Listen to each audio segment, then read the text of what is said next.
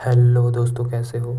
शुरुआत में वो तीनों ट्रेनिंग के लिए तैयार होते हैं। किकी कहती है, तुम्हारे अंडरवेयर का कलर क्या है, सफेद या कोई और। युजुकी कहती है, मजाक मत करो। किकी कहती है, मैं मजाक नहीं कर रही। तुम्हारे मन को सफेद कागज की तरह होना होगा, इसलिए अंडरवेयर भी सफेद। पर किसी के पास नहीं था। किकी कहती है, तो हम कुछ नहीं कर सकते, तुम्हें बिना अंडरवेयर के ट्रेनिंग करना होगा। फिर वो लोग ट्रेनिंग करने लगते हैं। किकी उन्हें बता रही होती है कि क्या करना है। आकिमित्सु सोचता है, मैं इसी तरह की ट्रेनिंग करना चाहता था। किकी युजुकी और मिया के कंधों को मारने लगती है, जिससे उसके बूब सिलने लगते हैं, जिसे देखकर आकिमित्सु बेहोश हो जाता है। फिर वो लोग लिखने की ट्रेनिंग करने लगते हैं। किकी आकिमित्सु की तारीफ करती है और युजुकी को कुछ टिप्स देने को कहती है। फिर वो वहाँ से चली जाती है। आकिमित्सु युजुकी को बताने जाता है तो उसे युजुकी के बूब्स दिख जाती है, तो वो अपना सिर पटकने लगता है। तभी इंक उसके पैंट में गिर जाता है, जिसे मिया साफ करने जाती है।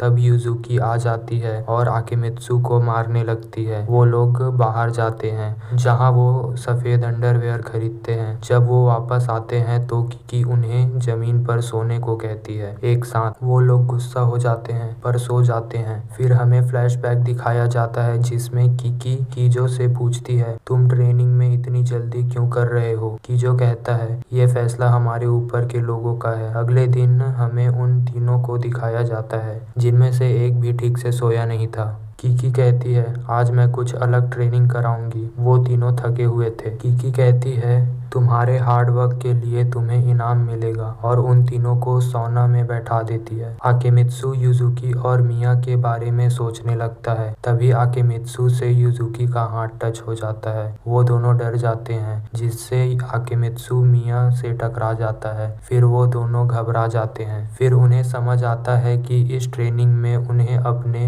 इच्छाओं को एक दूसरे को बताना पड़ेगा। वो लोग ये ट्रेनिंग कंप्लीट कर लेते हैं। किकी कहती है, अगर कोई कहता है उसकी कोई इच्छा नहीं है तो वो सबसे बड़ा ठरकी होगा। आकिमित्सु और मिया युजुकी के तरफ देखते हैं। वो तीनों खाना खा रहे थे तो किकी कहती है, आज का ट्रेनिंग रहने देते हैं। आकिमित्सु और मिया को कुछ समझ नहीं आता, तो युजुकी उन्हें बताती है कि आराम करना भी ट्रेनिंग का एक हिस्सा है। आकिमित्सु उदास था कि आज ट्रेनिंग नहीं हो रही। युजुकी पूछती है, क्या हुआ। आकिमित्सु बताता है, आज 24 नवंबर है, मतलब क्रिसमस ईव। युजुकी पूछती है, तुम्हें क्रिसमस पसंद नहीं। आकिमित्सु बताता है, मेरे पापा के वजह से मुझे क्रिसमस से डर लगता है। युजुकी कहती है, तो फिर चलो हम दोनों बाहर जाते हैं। फिर वो लोग बाहर आते हैं तो युजुकी कहती है, कल हम क्रिसमस पार्टी करेंगे। आकिमित्सु कहता है, क्या टेम्पल में। युजुकी कहती है, हाँ, और हम एक दूसरे को गिफ्ट भी देंगे। आकिमित्सु क्रिसमस के वजह से डरा हुआ था। तब वो युजुकी को देखकर खुश हो जाता है। फिर वो दोनों शॉपिंग करने लगते हैं। युजुकी आकिमित्सु से पूछती है, क्या तुमने गिफ्ट खरीद लिया। आकिमित्सु को कुछ समझ नहीं आता कि वो क्या खरीदे, तो वो लोग एक दुकान में जाते हैं। वो लोग कुछ ब्रेसलेट देखने लगते हैं, पर वो काफी महंगे थे। तो युजुकी कहती है, मैं किसी दिन इसे खरीदूंगी। तो उस दुकान की एक औरत कहती है, किसी दिन नहीं, आज ही खरीदो। वो औरत युजुकी की सीनियर की माँ होती है। फिर वो उन्हें कपल ब्रेसलेट दिखाने लगते हैं। युजुकी कहती है, आप हमें ये सब क्यों दिखा रहे हो। वो औरत कहती है, क्या तुम कपल नहीं हो। वो दोनों मना करते हैं। वो औरत कहती है, तुम दोनों एक साथ क्रिसमस ईव पर आए हो, तो मुझे लगा तुम डेट पर आए हो। युजुकी शर्मा जाती है। आकिमित्सु कहता है, ऐसा कुछ नहीं। वो औरत कहती है, युजुकी जरूर कुछ फील करती है, वो शर्मा गई है। आकिमित्सु शॉक होकर उसे देखने लगता है। वो लोग वहाँ से चले जाते हैं। युजुकी आकिमित्सु से पूछती है, क्या तुमने गिफ्ट लिया। वो हाँ कहता है। अगले सीन में हमें बाकी लोगों को दिखाया जाता है, जो कि क्रिसमस के बारे में बात कर रहे थे। फिर वो एक दूसरे का मजाक उड़ाने लगते हैं। कागुरा वहाँ से चली जाती है और कहती है, आकिमित्सु एक दिलचस्प आदमी है, वो एक मुसीबत है, मुझे उसे बाहर निकालना होगा। सभी लोग क्रिसमस पार्टी कर रहे थे। तभी आकिमित्सु सभी के लिए बढ़िया बढ़िया खाना बनाता है, जिसे देखकर सभी खुश हो जाते हैं। कुरागे कहती है, तुम मुझसे शादी कर लो। आकिमित्सु कहता है, तुम बड़ी हो जाओ। तब युजुकी और सुकुयो गुस्सा होकर चिल्लाने लगती है। वो सभी खाना खाने लगते हैं। वो खाना खाने के बाद एक दूसरे को गिफ्ट देने का सोचते हैं। युजुकी बताती है हम एक रस्सी खींचेंगे ये देखने के लिए कि हमें गिफ्ट कौन देगा। ये सुनकर आकेमित्सु शॉक हो जाता है। वो सोच रहा था कि सभी को अलग अलग गिफ्ट देगा। युजुकी सभी को अपना गिफ्ट रस्सी से बांधने को कहती है। सुकुयो अपने आप को बांध कर कहती है क्या हम खुद को गिफ्ट के रूप में नहीं दे सकते। मिया शॉक हो जाती है। आकेमित्सु अपने आप को बांध कर कहता है मैं अपने ऑर्गन दे दूंगा। फिर सभी अपना अपना रस्सी पकड़ लेते हैं। कुरागे को सुकुयो का गिफ्ट मिला था पर उसे आकेमित्सु का चाहिए था। सुकुयो को युजुकी का गिफ्ट मिला था जिसमें एक वाइब्रेटर था। युजुकी अपना गिफ्ट खोलती है जिसमें एक पेपर था जो कि कुरागे का था। आकेमित्सु, मिया और कागुरा को उन्हीं का गिफ्ट मिल जाता है। कागुरा आकेमित्सु को गिफ्ट एक्सचेंज करने का पूछती है। आकेमित्सु का गिफ्ट था कि उसे कहा जाएगा वो उसे करना होगा 1 साल के लिए। और कुरागे का एक डीवीडी था जिसमें मिया की गंदी फोटो थी। मिया गुस्सा हो जाती है। युजुकी कहती है आकेमित्सु इसे नहीं देखेगा और उसे डीवीडी को मांगती है पर आकेमित्सु नहीं देता तो वो गुस्सा हो जाती है। कागुरा कहती है ये एक मजाक था, मेरा असली गिफ्ट हॉट स्प्रिंग का फ्री पास है। ये सुनकर सभी शॉक हो जाते हैं। उसके पास सभी के लिए पास थे। वो लोग वहां जाने का सोचते हैं। आकेमित्सु कहता है मैंने सभी के लिए केक बनाया है। युजुकी और आकेमित्सु प्रे कर रहे थे। फिर वो दोनों एक दूसरे को थैंक यू कहते हैं आज के लिए। फिर वो दोनों एक दूसरे को एक और गिफ्ट देते हैं। उन दोनों ने एक दूसरे को ब्रेसलेट दिया था। फिर वो शर्माने लगते हैं। उन्हें याद आता है कि कपल एक दूसरे को ब्रेसलेट देते हैं। तभी कीकी आ जाती है जिससे वो दोनों डर जाते हैं। कीकी कहती है एक प्रॉब्लम हो गई है, तुम्हारी सेरेमनी इसी टेम्पल के हॉल में होगी। बहुत से जरूरी सदस्य सेरेमनी में आएंगे और जिस टेम्पल में आयोजित होता है उसका निरीक्षण किया जाता है। वो दोनों चिल्लाने लगते हैं क्योंकि स्टैचू टूट गया था जो कि टेम्पल की एक जरूरी चीज थी। सभी लोग हॉट स्प्रिंग में जाते हैं पर आकेमित्सु और युजुकी उदास थे। कीकी कहती है हम कुछ सोच लेंगे, अभी तुम एंजॉय करो। कागुरा कहती है हम यहाँ रात भी रुक सकते हैं। वो सभी अंदर चले जाते हैं। कागुरा के सामने सभी होटल वाले झुक जाते हैं पर वो सभी को कहती है तुम्हें भ्रम हुआ है। सभी एक्साइटेड होते हैं। तभी मैनेजर आकेमित्सु को एक ड्रिंक देता है जिसमें वाइग्रा मिला था।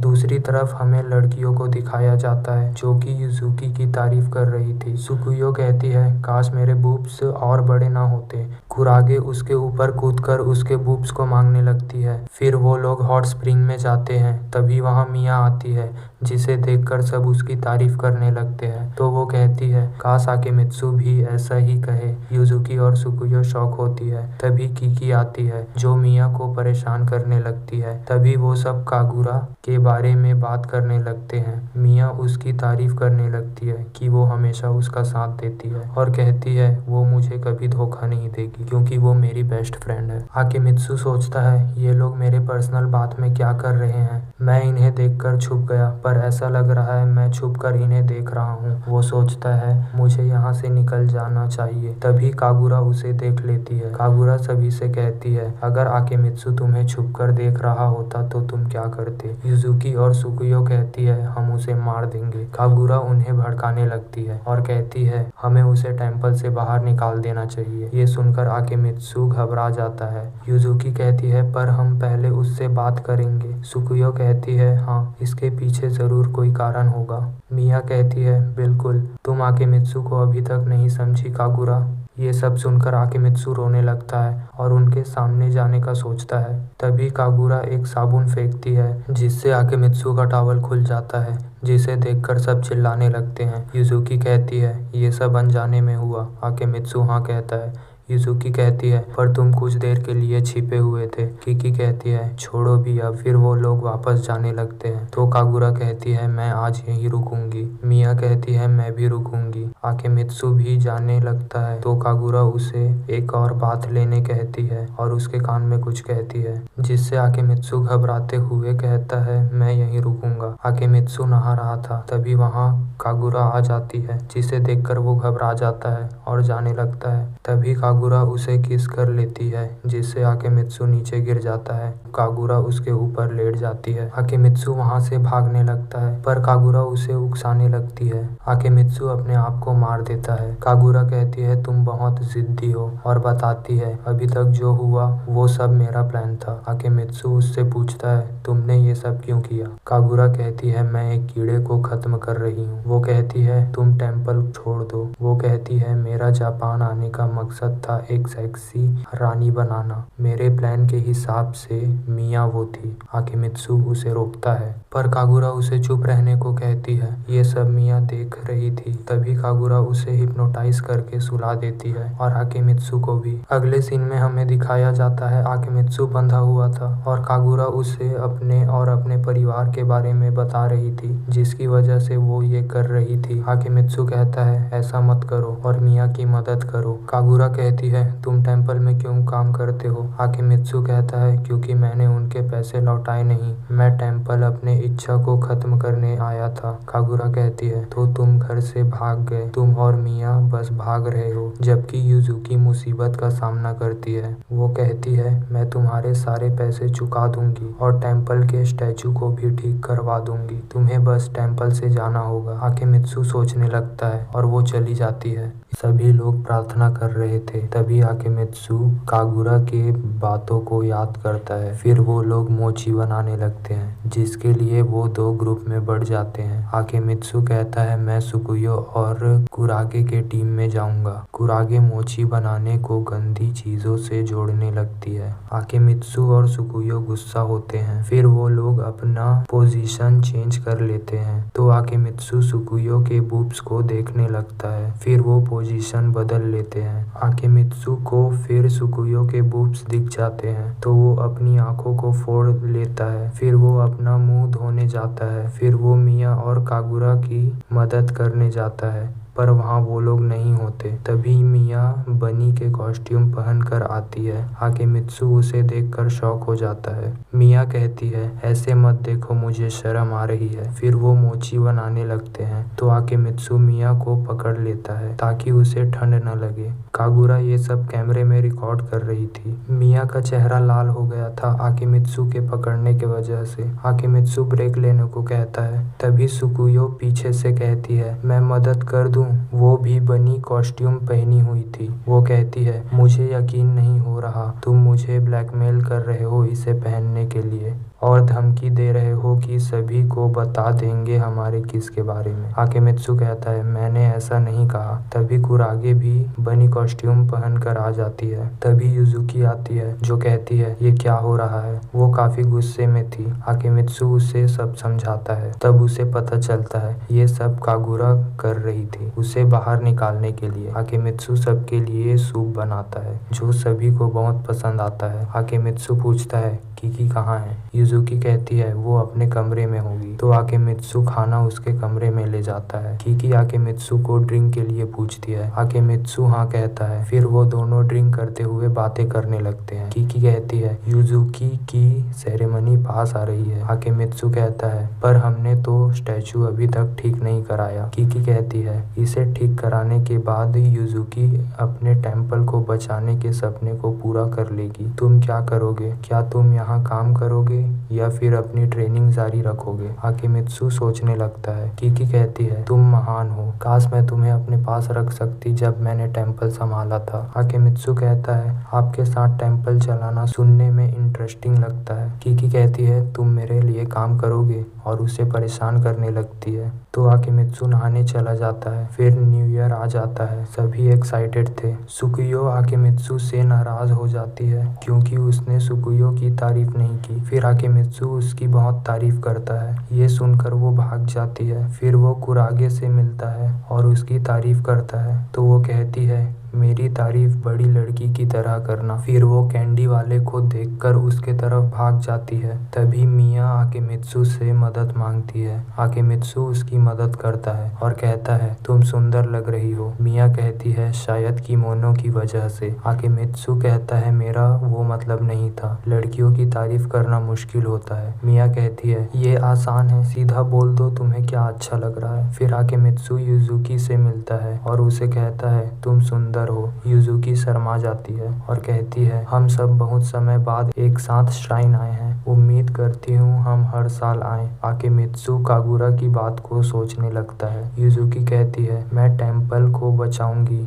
ये सुनकर आकेमित्सु खुश हो जाता है और वहाँ से चला जाता है। दूसरे तरफ कागुरा सोच रही थी कि उसने अपने प्लान के लिए कितनी मेहनत की। उसे कहा गया था कि मिया को 100 लड़कों के साथ सोना होगा और उसे कैमरे में रिकॉर्ड करने को कहा जाता है। कागुरा मिया से आकेमित्सु को फंसाने को कहती है, पर उसे लगता है कि मिया आकेमित्सु से प्यार करने लगी है। ये सब वो सोच रही थी तभी आकेमित्सु आ जाता है, जो कहता है मुझे टेम्पल से चले जाना चाहिए। टेम्पल और मुझे पैसों की जरूरत है। कागुरा सोचती है मिया जिससे प्यार करती है वो चला जाएगा। वो कहती है तुम्हारे जाने के बाद मैं पैसे भेज दूंगी। आकेमित्सु चिल्लाकर मना करता है। कागुरा गुस्सा होकर कहती है तुम्हें पैसे की जरूरत है और टेम्पल के स्टैचू को कैसे ठीक कराओगे? क्या तुम्हारे पास दूसरा कोई प्लान है? आकेमित्सु कहता है मैं कुछ कर लूंगा, मैं युजुकी को सपोर्ट करूंगा, इसलिए मैं नहीं जाऊंगा। कागुरा सोचती है ये बाद में मेरे पास रोते हुए आएगा।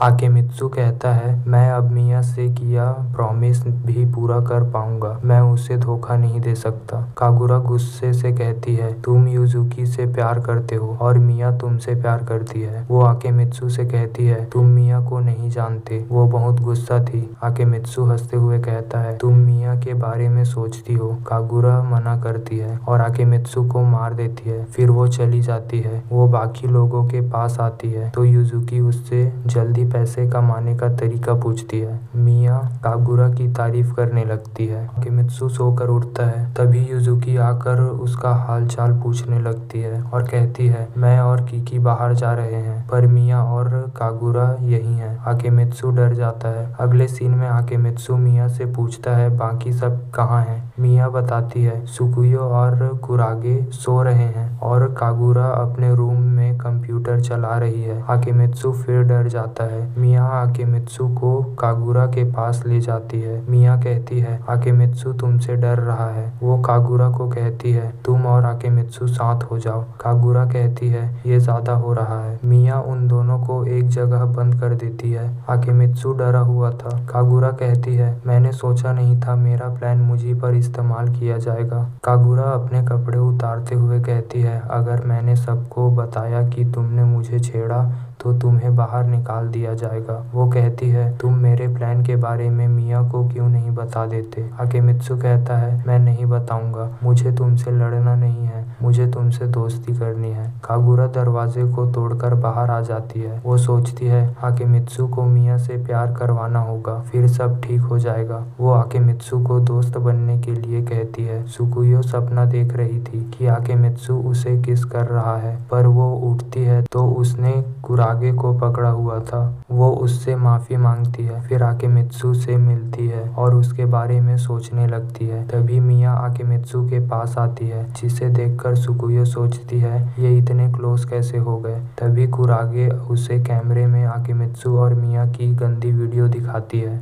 जिसे देखकर सुकुयो शर्मा जाती है। वो मिया और आकेमित्सु को देखकर शॉक थी। कागुरा ये सब देखकर हंस रही थी। सुकुयो मिया से कहती है तुमने टेम्पल के नियमों को तोड़ा है। मिया कहती है मैंने कुछ गलत नहीं किया। सुकुयो पूछती है क्या तुम और आकेमित्सु प्यार करते हो? मिया मना करती है। सुकुयो कहती है तुम दोनों क्लोज रहते हो। मिया कहती है क्योंकि हम ट्रेनिंग पार्टनर है। सुकुयो कहती है तो ये मेरा भ्रम था। मिया कहती है तुम्हें नहीं लगता आकेमित्सु हैंडसम है? उसके साथ रहने से मैं हर दिन जोश में आ जाती हूँ। ये सुनकर सुकुयो शॉक थी। मिया कहती है मैं अपनी पूरी लाइफ उसके साथ रहना चाहती हूँ। कागुरा मिया को बांध देती है। मिया को कुछ समझ नहीं आता। सुकुयो आकेमित्सु के बारे में सोचने लगती है। कागुरा सुकुयो से कहती है तुम्हें जलन हो रही है। सुकुयो गुस्से से कहती है मेरे अंदर आकेमित्सु के लिए कोई फीलिंग नहीं है। तभी आकेमित्सु आ जाता है, जिससे वो डर जाती है। आकेमित्सु मिया को देखकर सुकुयो से पूछता है ये सब क्या हो रहा है, पर वो शर्मा रही थी। वो सोचती है मैं सीधा आकेमित्सु से वीडियो के बारे में पूछूंगी। वो कागुरा को वीडियो दिखाने को कहती है, पर उसके कैमरे को कुरागे ने पकड़ा हुआ था। सुकुयो उसे रोकती है पर वो वीडियो देख लेती है। कुरागे कहती है ये गेम मजेदार है। तब सुकुयो को पता चलता है ये एक गेम का वीडियो है। कुरागे उससे पूछती है तुमने क्या सोचा। अगले सीन में आकेमित्सु खाना बनाने जा रहा था पर चावल खत्म हो गया था, जिससे वो जोर से चिल्लाता है और मिया आ जाती है। वो कहती है हम चावल खरीद लेते हैं पर उनके पास पैसे नहीं थे। मिया कहती है जापान में एक सिस्टम है एनुअल ट्रिब्यूट, जिससे कि फ्री में चावल मिल सकता है। आकेमित्सु कहता है ये नया जमाना है, ऐसा नहीं होता। तभी युजुकी आ जाती है। आकेमित्सु उसे सब बताता है तो वो कहती है ऐसे में हमें ट्रिब्यूट जमा करना होगा। आकेमित्सु पूछता है ऐसा सच में होता है। युजुकी बताती है टेम्पल के पास कुछ जमीन है जिसे इस्तेमाल करने वाले लोग हमें चावल देते हैं। आकेमित्सु कहता है तो तुम लोग चावल के बदले पैसे क्यों नहीं लेते। युजुकी कहती है टेम्पल का मकसद पैसा कमाना नहीं है। मिया और आकेमित्सु बहुत एक्साइटेड थे।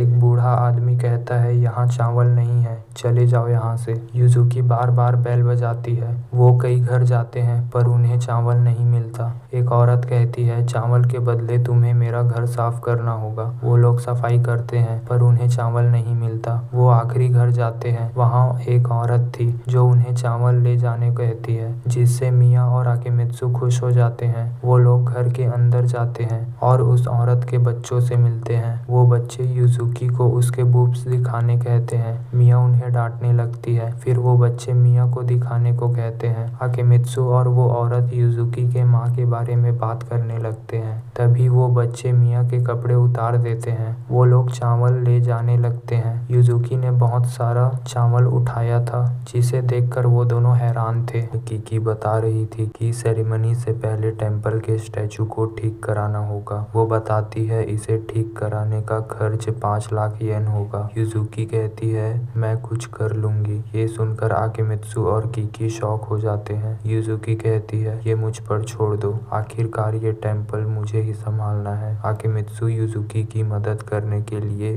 पार्ट टाइम जॉब ढूंढ रहा था, जिसके लिए उसे फोन नंबर चाहिए था, पर उसने अपना फोन तोड़ दिया था। तो वो युजुकी के पास जाता है फोन लेने के लिए। युजुकी ने मेड के कपड़े पहने थे, जिसे देखकर आकेमित्सु शॉक था। आकेमित्सु फोन मांगता है और उसके बारे में गंदी चीजें सोचने लगता है, इसलिए वो अपने आप को मारने लगता है। युजुकी कहती है तुम अजीब बर्ताव कर रहे हो और उसे फोन दे देती है। आकेमित्सु बताता है उसे जॉब के लिए फोन नंबर चाहिए था। युजुकी उससे फोन ले लेती है और आकेमित्सु से पूछती है तुमने कैसे कपड़े पहने हैं। आकेमित्सु कहता है टेम्पल में काम करने वाले कपड़े। युजुकी कहती है तुमने ये पहने हैं क्योंकि तुम ट्रेनिंग कर रहे हो और इसलिए ट्रेनिंग पर ध्यान दो, जॉब पर नहीं। आकेमित्सु कहता है मुझे तुम्हारी मदद करनी है। युजुकी कहती है तुम चिंता मत करो। आकेमित्सु कहता है तुम भी तो ट्रेनिंग कर रही हो। युजुकी कहती है मैं 5-6 जॉब करूंगी। आकेमित्सु कहता है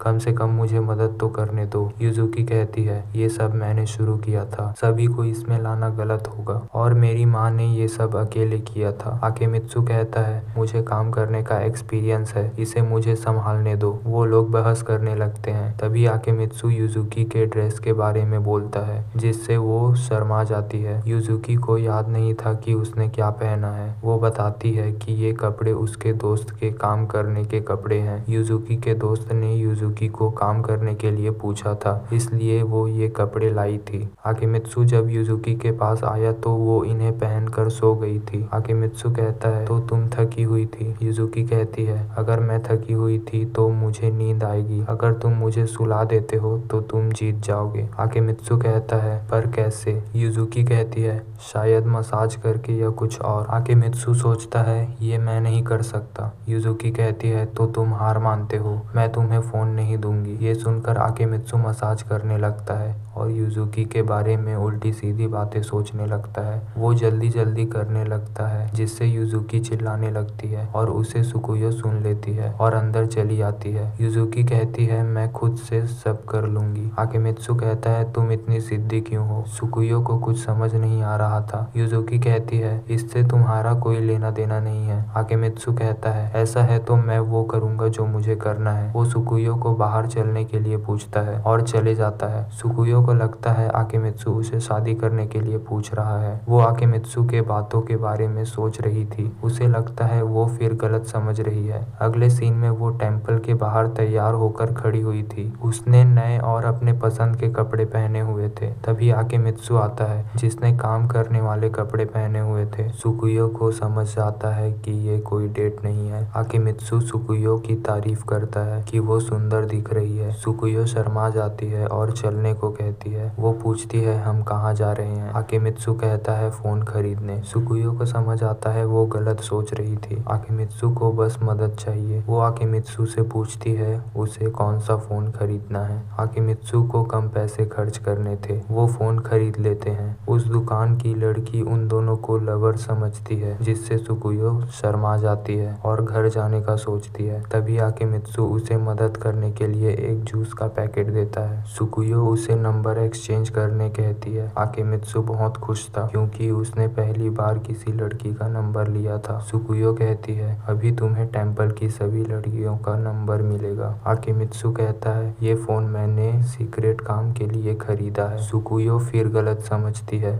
वो अपने कमरे में लेटी हुई थी। तभी उसे आकेमित्सु का मैसेज आता है जिसमें वो आज की मदद के लिए शुक्रिया कह रहा था। पर सुकुयो को उस मैसेज में आई लव यू दिखता है। हमें युजुकी और उसकी माँ को दिखाया जाता है। युजुकी की माँ उससे पूछती है क्या तुम टेम्पल को संभालने को लेकर सीरियस हो। युजुकी हाँ कहती है। उसकी माँ पूछती है तुम्हें ये क्यों करना है। फिर हमें प्रेजेंट में दिखाया जाता है युजुकी आकेमित्सु से माफी मांगने का सोच रही थी। तभी वो आकेमित्सु और सुकुयो को एक साथ देख लेती है और वहाँ से भाग जाती है। आकेमित्सु अपना फोन चला रहा था और वो युजुकी से बात करने का सोचता है। तभी युजुकी उसके सामने अचानक से आ जाती है जिससे वो घबरा जाता है। फिर युजुकी जाने लगती है और दीवार से टकरा कर गिर जाती है। वो कहती है मुझे कुछ नहीं हुआ। आकेमित्सु कहता है मुझे तुमसे बात करनी है। तभी कीकी आ जाती है जो आकेमित्सु को बात करने ले जाती है। कीकी आकेमित्सु से पूछती है तुम्हारे और युजुकी के बीच कुछ हुआ है। आकेमित्सु जो हुआ उसे बताता है तो कीकी कहती है ये कपल के बीच का झगड़ा है। आकेमित्सु कहता है ये नॉर्मल झगड़ा है। कीकी कहती है तुम दोनों प्यार करते हो है ना। आकेमित्सु कहता है पहले हम दोनों जिद्दी थे लेकिन इस बार थोड़ा ज्यादा हो गया। कीकी कहती है तुम युजुकी को कैसे देखते हो। आकेमित्सु कहता है वो लापरवाह है पर भरोसेमंद भी है। वो मुझसे मजबूत है। तभी कुरागे आती है जो कीकी को बताती है कि मेहमान आए हैं। कीकी कहती है उन्हें क्या चाहिए। कुरागे कहती है वो टेम्पल छोड़ने आए हैं। कीकी दौड़ते हुए जाती है। कीकी बताती है कि वो हमें पैसे देते हैं अपने परिवार के कब्र को हटाने के लिए। आकेमित्सु कहता है क्या हमें दुखी नहीं होना चाहिए कि वो टेम्पल छोड़कर जा रहे हैं। कीकी कहती है अभी पैसे जरूरी हैं। वो कहती है मैं उन्हें 100 गुना ज्यादा पैसे देने पर मजबूर करूंगी। आकेमित्सु उसे रोकने की कोशिश करता है। वो दोनों पहुंचते हैं तब तक वो मेहमान चले गए थे। युजुकी बताती है कि वो अपने कब्र को दूसरे टेम्पल में ले जाना चाहते हैं। हमारे टेम्पल उनके लिए ठीक नहीं है। कीकी कहती है क्या उन्होंने पैसे दिए इसके लिए। युजुकी बताती है उसकी माँ ने पैसे नहीं लेने का फैसला लिया था। कीकी शॉक होकर गिर जाती है। युजुकी कहती है वो खराब जगह होने के बावजूद आए मेरी माँ के कारण, पर उन्होंने कहा वो अब टेम्पल पर भरोसा नहीं कर सकते। युजुकी बहुत उदास थी। वो सोचती है उसे सबका भरोसा जीतना होगा। वो कहती है मुझे और मेहनत करना पड़ेगा। कीकी कहती है आज के बाद तुम ट्रेनिंग बंद कर दो, मैं तुम्हें और नहीं सिखा सकती। उन दोनों को कुछ समझ नहीं आता। वो दोनों कारण पूछते हैं तो कीकी कहती है तुम्हें खुद इसे ढूंढना होगा। युजुकी सोकर उठती है और सोचती है मुझे इस साल और मेहनत करनी होगी। कुरागे कहती है तुम क्या करोगी। युजुकी कहती है टेम्पल में बहुत सी चीज है करने के लिए ट्रेनिंग के अलावा। सुकुयो कहती है ये आसान होगा आकेमित्सु के कारण,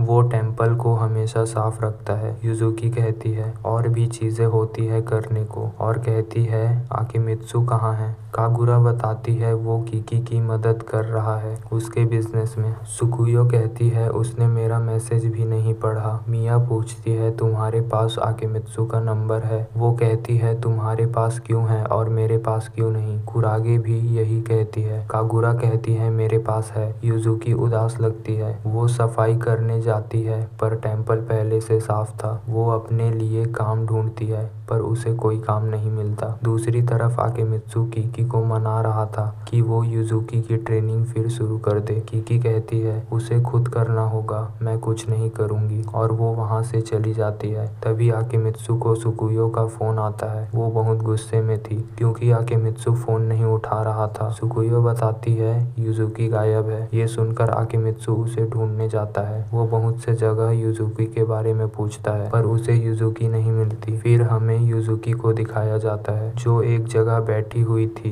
वो पूरी तरह भीगी हुई थी। वो अपनी माँ के बारे में सोचती है कि वो परफेक्ट थी। हमें फ्लैशबैक दिखाया जाता है जहाँ यूजुकी की माँ कहती है मैं टेम्पल बंद कर रही हूँ, तुम सब चलने की तैयारी करो। यूजुकी पूछती है कि क्यों अचानक से। वो कहती है मैं इस टेम्पल को चलाऊंगी। यूजुकी की माँ कहती है तुम नहीं कर सकती। इन सभी बातों को यूजुकी सोच रही थी। आकिमित्सु यूजुकी को ढूंढ लेता है। यूजुकी बहुत उदास थी। आकिमित्सु यूजुकी को गले लगा लेता है। यूजुकी सोकर उठती है। आकिमित्सु उसके पास सोया हुआ था जिसे देखकर वो चिल्लाती है जिससे आकिमित्सु उठ जाता है। वो दोनों एक दूसरे से माफी मांगने का सोचते हैं पर उनका सिर टकरा जाता है। वो एक दूसरे से माफी मांगते हैं और हंसने लगते हैं। यूजुकी कहती है मैं हैरान थी, तुम्हें पता था मैं ब्रिज के नीचे हूँ। आकिमित्सु कहता है मुझे लगाव है उस जगह से। वो कहता है कोई अकेले नहीं रह सकता, ये मेरे पापा कहा करते थे लेकिन मुझे ये पसंद नहीं था। मैं अकेला रहना चाहता था लेकिन उस ब्रिज के नीचे मेरी लाइफ बदल गई। वो यूजुकी से कहता है मुझे तुम्हारे साथ जोड़ लो। यूजुकी रोने लगती है और कहती है ये सब इसलिए हुआ क्योंकि मैं अच्छी नहीं हूँ। वो आकिमित्सु से कहती है मैं तुम्हें तकलीफ नहीं देना चाहती। आकिमित्सु कहता है मैं ये कर रहा हूँ क्योंकि मुझे करना है। तुम्हें ये टेम्पल जितना पसंद है उतना ही मुझे भी है। यूजुकी आकिमित्सु को थैंक यू कहती है। तभी सुकुयो अंदर आकर कहती है हमने तुम्हारी सारी बातें सुन ली। वो सभी यूजुकी को इडियट कहती हैं और डांटने लगती हैं। सुकुयो कहती है हम सब टेम्पल से प्यार करते हैं, तुम हमें मदद करने से रोक नहीं सकती। वो यूजुकी से कहती है